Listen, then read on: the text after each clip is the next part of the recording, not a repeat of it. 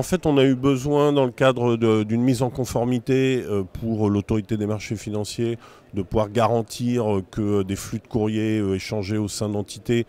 puissent bien passer en fait par des chemins qui soient sécurisés et vraiment privés, sachant que tout ça en fait c'est distribué sur le cloud et que forcément ça empruntait des chemins qui étaient plutôt des chemins internet. Alors les moyens mis en œuvre, en fait, on a travaillé justement avec les fournisseurs du cloud pour essayer d'identifier en fait quelles étaient les solutions, pour s'apercevoir au final qu'on n'avait pas vraiment de réponse à ça. Et donc on s'est tourné vers plutôt l'équipementier Fortinet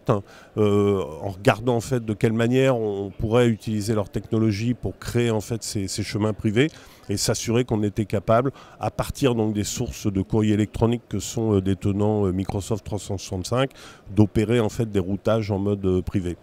On a travaillé avec en fait la R&D de Fortinet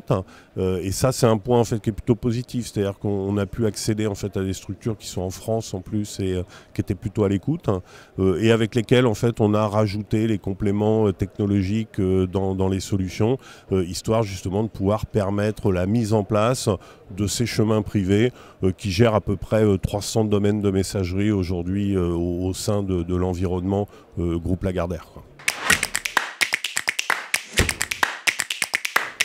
Alors les résultats en fait sont positifs, c'est-à-dire qu'après les phases de test standard, on a pu mettre ça en production. Donc on a un cœur de réseau en fait qui reçoit l'ensemble des flux qui viennent des divers univers cloud et qui opère en fait les routages pour redistribuer ça en fait au sein du groupe aux bonnes entités. C'est opéré par un prestataire, on a de la surveillance dessus, on a des états chaque mois qui nous permettent de savoir un petit peu ce qui passe, quels sont les flux et de ce fait de pouvoir réajuster aux besoins.